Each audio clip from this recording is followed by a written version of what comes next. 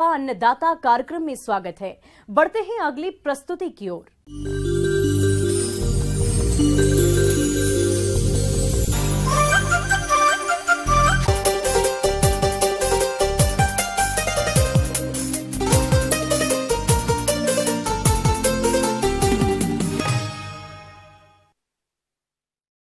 प्रदेश के कई किसान रबी मौसम में विभिन्न दलहनी फसलों की खेती करते हैं, जो कि अभी बढ़वार की अवस्था में चल रही है और इस समय फसलों की देखरेख और पौधे सुरक्षा पर विशेष ध्यान देने की जरूरत होती है, तभी फसलों से अच्छी पैदावार मिलती है। तो चलिए इनके प्रबंधन के बारे में जानते हैं कृषि विज्ञान केंद्र जिला बांका की कृषि वैज्ञानिक डॉक्टर रघुवर साहू से।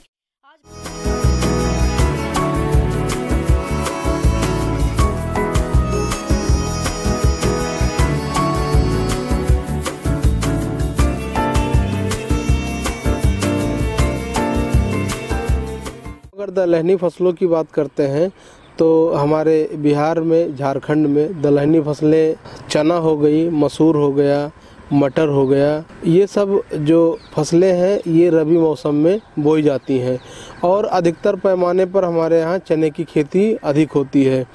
तो इसमें पोषक तत्व प्रबंधन का ये हम लोग को ध्यान रखना होता है कि राजमा को छोड़ के और जितनी भी हमारी दलहनी फसलें हैं ये जो वायुमंडलीय नाइट्रोजन है इसका स्थिरीकरण करती हैं और स्थिरीकरण करके अपने पत्तियों के माध्यम से प्रकाश संश्लेषण की क्रिया में हमारी मिट्टी तक पहुंचाती हैं। तो मिट्टियों में जो नाइट्रोजन की मात्रा होती है उसको बढ़ाती हैं, जिससे हमको नाइट्रोजन देने की उतनी आवश्यकता नहीं पड़ती है जितनी हम अनाज वाली फसलों में देते हैं। तो इसमें प्रति हेक्टेयर के हिसाब से हमको 100 किलोग्राम जो डीएपी होता है प्रति हेक्टेयर की दर से हम इसको देते हैं अंतिम बुआई के समय, अंतिम जुताई के समय। तो वो जो डीएपी होता है, डीएपी में 18% नाइट्रोजन पाया जाता है और 46% फास्फोरस पाया जाता है, जिसकी हमको आवश्यकता होती है। मिट्टी की जांच कर लेते हैं, मिट्टी की जांच दी जाती है उसको, परंतु डीएपी के व्यवहार से ही अपना दलहन उत्पादन प्राप्त कर सकते हैं। किसान भाइयों, खरपतवार ऐसे अनचाहे पौधे हैं जो फसलों के साथ पानी, प्रकाश और पोषक तत्वों और स्थान के लिए मुख्य फसल के साथ प्रतिस्पर्धा करते हैं।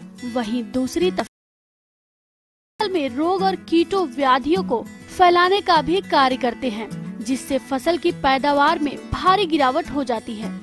इसलिए घास से फसल को बचाने के लिए खेत की तैयारी ठीक तरह से करें।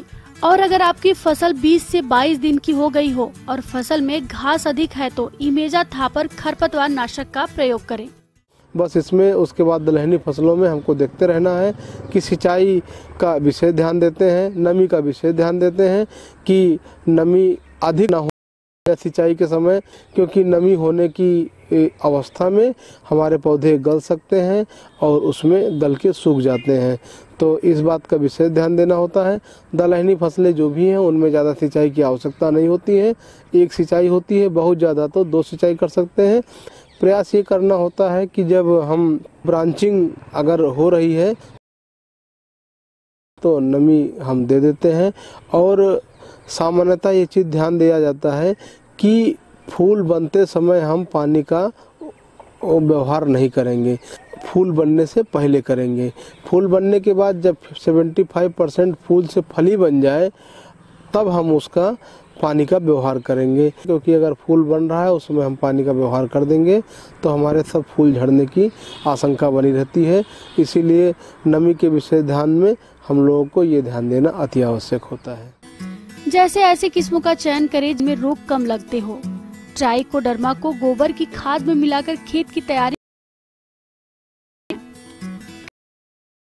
की फसल में कई कीट भी लगते हैं। शुरुआत में लगने वाले कीट जैसे पत्ती लपेटक या बीटिल फसल को अधिक नुकसान नहीं पहुंचाते और अगर फसल में खरपतवार नहीं है तो इन कीटों का प्रकोप नहीं होता है। बेधक और फल बेधक मक्खी इस फसल के लिए बहुत ही घातक होती है तथा फल मक्खी के प्रबंधन के लिए फ्रूट फ्लाई ट्रैप सबसे बढ़िया विकल्प है। प्रति हेक्टेयर 15 से 20 फेरोमोन ट्रैप लगाकर फ्रूट फ्लाई मक्खी को प्रबंधित किया जा सकता है। इसके संक्रमण होने पर एमामेक्टिन बेंजोएट 0.4 ग्राम प्रति लीटर पानी में मिलाकर छिड़काव करने की यदि प्रकोप ETL से अधिक है तो किसानों को प्रोफेनोफोस प्लस साइपरमेथ्रिन के मिश्रण को 2 मिली प्रति लीटर पानी में मिलाकर 7 दिनों के अंतराल पर 2 बार छिड़काव करने की सलाह दी जाती है।